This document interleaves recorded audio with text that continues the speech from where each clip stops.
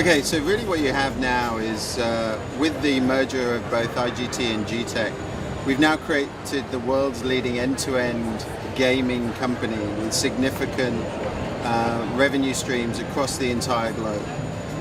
We have the number one lotteries provider with GTech solutions. We have the number one provider of gaming solutions and game content through the IGT acquisition. The combined companies together create more than $6 billion worth of revenue, which is twice as big as the next largest company.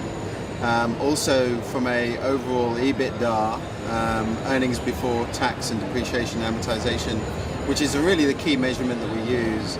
IGT is contributing more than, with GTech, more than $2 billion, which again is more than double the next nearest competitor that we have in that industry. So from our perspective, it's a great merger of two great companies forming what is now the world's largest gaming company.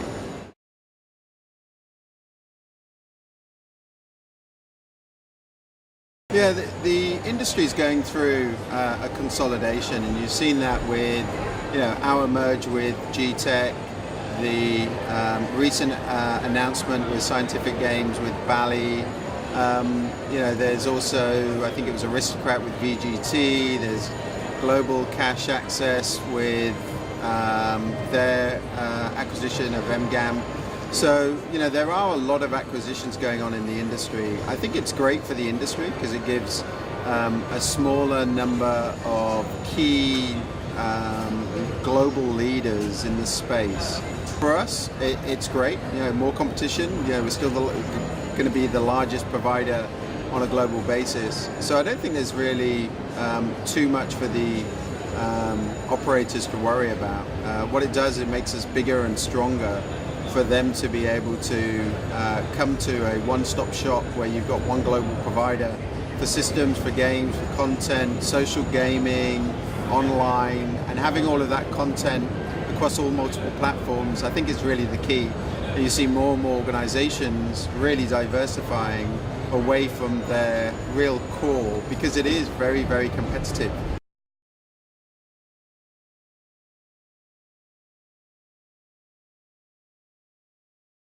From our point of view, it's great in that IGT is extremely strong in a large number of territories and regions here in Latin America. Some of the territories where we have been trying to enter or have played a smaller part, we know GTech are very strong. So what it allows us to be able to do is, with the combined footprint, is actually have a greater coverage in Latin America than we've ever had before. So we're really excited about the whole potential for the Latin American region, especially.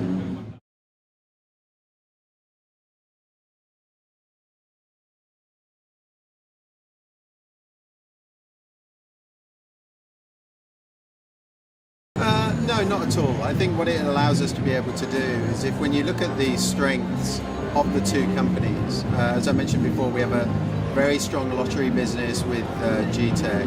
We have a very strong casino business with IGT. We both have an online platform, or an online. We provided content to an online platform. GTech have an online platform, so there's great synergies there. But social gaming was one of those areas that GTech never really played in. So what it allows us to be able to do is really use Double Down as that platform that allows us to be able to put our games out there in advance of potentially putting them out in casino operations. So when you look at some of the best performing games on Double Down, they are the old IGT content that we used to have on the land base. In addition to that, we've also made available Wheel of Fortune and Jeopardy available on social gaming, and our overall revenue per daily user has gone up significantly. I think most recently we were at 43 cents per user, and when you've got as many multiple millions of users coming back on a daily basis to really want to play that content, that's really the key. So it's not going to form any major strategy or major change from either one of the two companies, but just really gives us a great other platform on which to articulate and show the great content the two companies can really provide.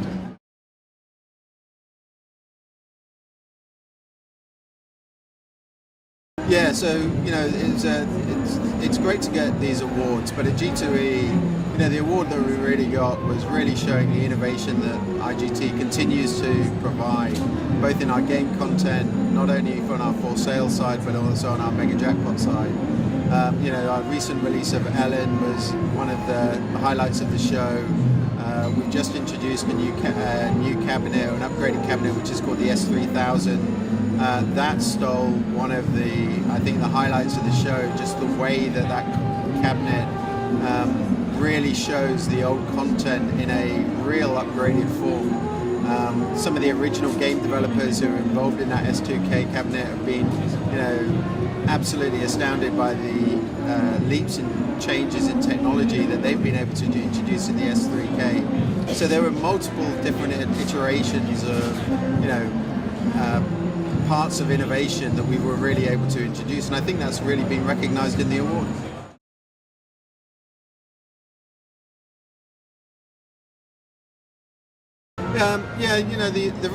The restrictions that we've seen in Argentina are of course unfortunate, because our job as a provider of game content and EGMs is really to provide to the market what they demand, and we've got so much built up demand through our sales organization that we'd love to be able to continue to provide content and machines as quickly and as fast as we can. The restrictions do inhibit us to an extent, but we are able to get machines through, not at the levels that we'd love to get them through, but we'll continue to work with our operators, with the various regulators, and within the boundaries that we've been given, and just fulfill our maximum potential to the operators. But we all live with those restrictions. They're valid across the entire market, and IGT will just continue to do whatever it takes to make sure that we continue our momentum and continue that commitment that we have to the Argentinian market.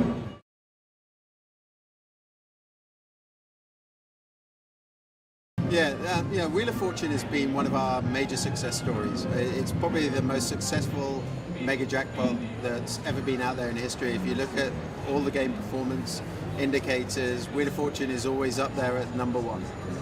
It continues, the jackpot story in relation to the amount of jackpots that people tend to go for and try and go after those progressives. That's really the key. It's that life-changing potential experience that we can give. And when you've got a brand as well known as Wheel of Fortune, it will continue to, continue that momentum. As I mentioned before, the importance of something like Wheel of Fortune, not only on our traditional casino floors, but also in things like social gaming. Once we put it out there, it broke all records in relation to the number of individuals and people that really wanted to play it. So, Wheel of Fortune will continue to be a key attribute. We signed a recent agreement with Sony that gives us another extension across for another 10 years, because the Wheel of Fortune brand also allowed us to be able to put the Jeopardy product out there as well, and also extended it to social gaming. So our commitment with Wheel of Fortune is there for many years to come. Yeah, so we've taken a slightly different approach to SAGSE than we have done previously. Previously, I think, and you'll see it across the show, a lot of manufacturers bring in, their latest games and content and everything else. This year we took a different approach. To us it's about quality, not quantity. So we've changed our overall layout, where it's more important for the meetings and the discussions to be able to have with all of our operators and potential prospects. All the games and everything that we would normally have shown them are available. They're in our prestigious showroom that we have in our local office, and we'll continue to take people there either during the show or after the show. But here it's really about ensuring the real innovation comes with systems, comes with some of our game content, which we can now present all of our content across iPads. We can show it across various systems, across our own laptops, iPads, everything. You name it, we can show it. So innovation is not only about showing a cabinet, it's about showing the different ways that you can take that game content and articulate it And I think a lot of our content sort of speaks for itself. So getting people to really understand the value proposition that we have with our games and content is really the key for us at this show. Yeah, Powerbucks is an important one for us. It's really where you're able to share liquidity between your online players and your casino operators and your land-based operations. You know, Powerbucks is something of a phenomenon now, starting to really kick off in North America. It is something that we'd love to bring down here and to other regions. You know, what inhibits us is really the online regulations. So once online regulatory approvals have been given that allow for online gaming, then it really does have a real high value proposition. We already know that progressives work within the land-based casinos, as we've seen in multiple regions within Latin America. So what we'll do is we'll monitor, look for the regulators. Once those regulations start changing, is really then when we'll start bringing the two together and really then be able to launch Powerbucks in a big way. But we already have the solution, we know it works, and we just look really excited about being able to bring it down here as quickly as possible.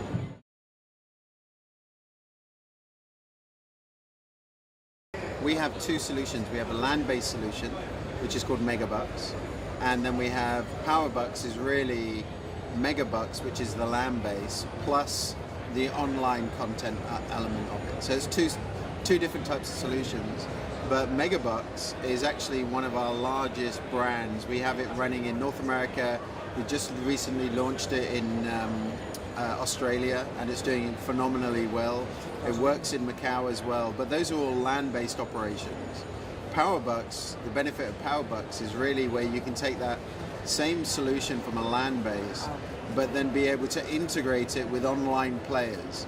So they share the liquidity pool between the two of them in relation to trying to win a jackpot. So if you're an operator, what the operator can do is, if they can have those same individuals that come into their casinos, they can have those same individuals go and play online, and then looking after and going for the same aim, which is to win that big jackpot. But it's shared liquidity online and land-based.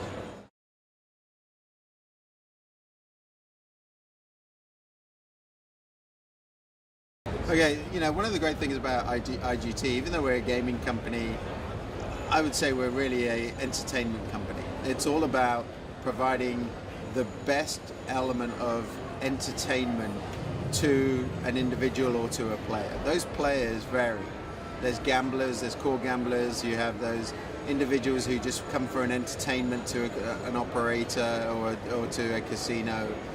It's really about making sure you get the right content for the right performer, for the right demographic of individual that you're after. And what I would say is that, you know, IGT's been around for a long time. We're going to be around for a long time more. With this new combined company, we'll have even more money from an R&D perspective to make sure that we continue to be more of an entertainment-based company and providing that type of content for whatever type of demographic or individual that you are.